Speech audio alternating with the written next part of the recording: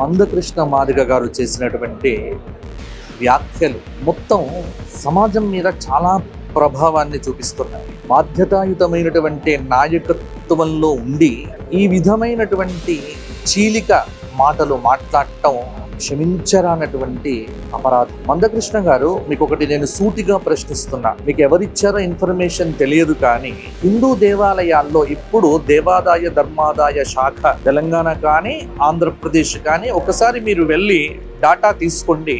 70% మంది అర్చకులు బీసీలు, ఎస్సీలు చాలా మంది ఉన్నారు. ఒక 30% మంది మాత్రమే బ్రాహ్మణులు చేస్తున్నారు. కాబట్టి అర్చకత్వం నేను చేయకూడదా?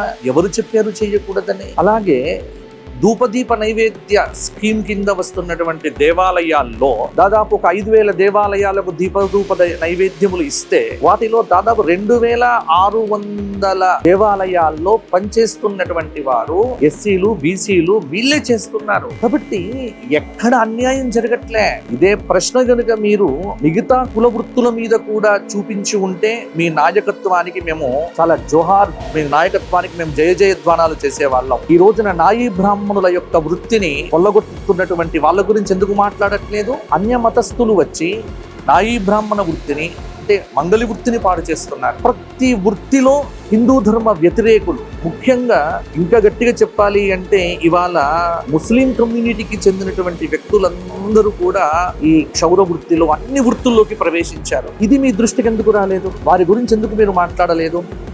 సమాజం మొత్తం మీద 1% ఉన్నటువంటి బ్రాహ్మణులను మీరు మాట్లాడటంలో ఏదో ఒక పెద్ద కుట్ర దాగి ఉంది. ఇది మీ వెనక ఎవరో మిమ్మల్ని మాట్లాడిస్తున్నట్టుగా ఉంది తప్ప ఇది మీ యొక్క సొంత ఎజెండాగా కనిపించటం లేదు. దీని వెనక మాత్రం ఒక్కటి గుర్తుపెట్టుకోండి. నేను ఉగాది రోజు కూడా చెప్పాను, యదా వేదేషు గోషు విప్రేషు సాధుషు ధర్మే మయిచ విద్వేషః సవా ఆశు వినశ్యతి. వేదమునందు కానీ, బ్రాహ్మణుల యందు కానీ, గోవుల యందు కానీ, సనాతన ధర్మమునందు కానీ ఎవడైతే ద్వేషము కక్కుతాడో వాడికి నాశము తప్పదు అనేది భాగవత పురాణం చెప్తోంది. ఈ మధ్యకాలంలో ప్రతి ఒక్కరికి ఒక ప్యాషన్గా మారిపోయింది. సనాతన ధర్మం మీద పట్టం, సనాతన ధర్మాన్ని నిందించటం, రాముణ్ణి తిట్టడం. కాబట్టి ఇవన్నీ క్షమించరాని నేరాలు. అందుకే చెబుతున్నాను, కాస్త తెలుసుకొని మాట్లాడండి.